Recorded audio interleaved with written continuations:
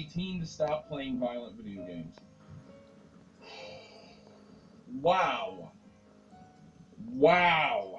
Now, judges can order some pretty ridiculous things. You know, I've heard stories about people being ordered to either join the army or go to jail. We hear about unique and interesting, crazy sentences happening with some judges. Most judges say, hey, you broke the law, you go to jail.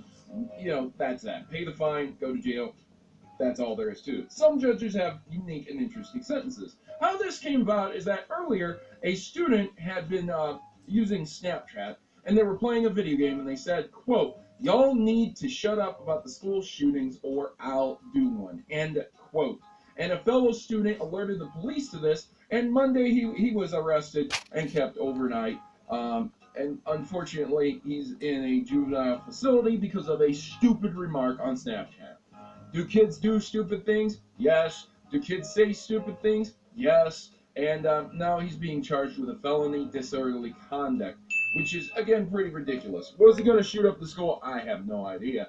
Again, this is very odd. This is a very weird story. But it was indicated that the judge had ordered him to stop playing violent video games during this period. Now, it's unclear what he was playing, but it was considered to be a post-apocalyptic shooter type game. So we're talking in the realms of Metro or maybe Fallout. That's what comes to mind for me. Maybe Wasteland. Who knows? At the end of the day, he said something very, very stupid. He did a very distasteful joke, and now he is suffering with something very, very serious. This is a word of warning to you, ladies and gentlemen, before you hop on social media and start saying really ridiculous things. You better think twice before you do it. Also, he's had his smartphone privileges revoked, and he's on house arrest. So there you go. His life's pretty much over for the next 2 years until he can get that felony expunged by turning 18. Maybe he won't even be able to get it expunged, so his life may be ruined because of something he did very stupidly. Nevertheless, I'd just like to point out that how the heck violent video games had anything to do with this.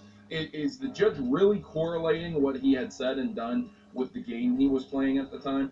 The judge had stated that you could play all the Mario Kart you want. Like, Mario Kart's a pretty frustrating game, so I really don't understand the logic here.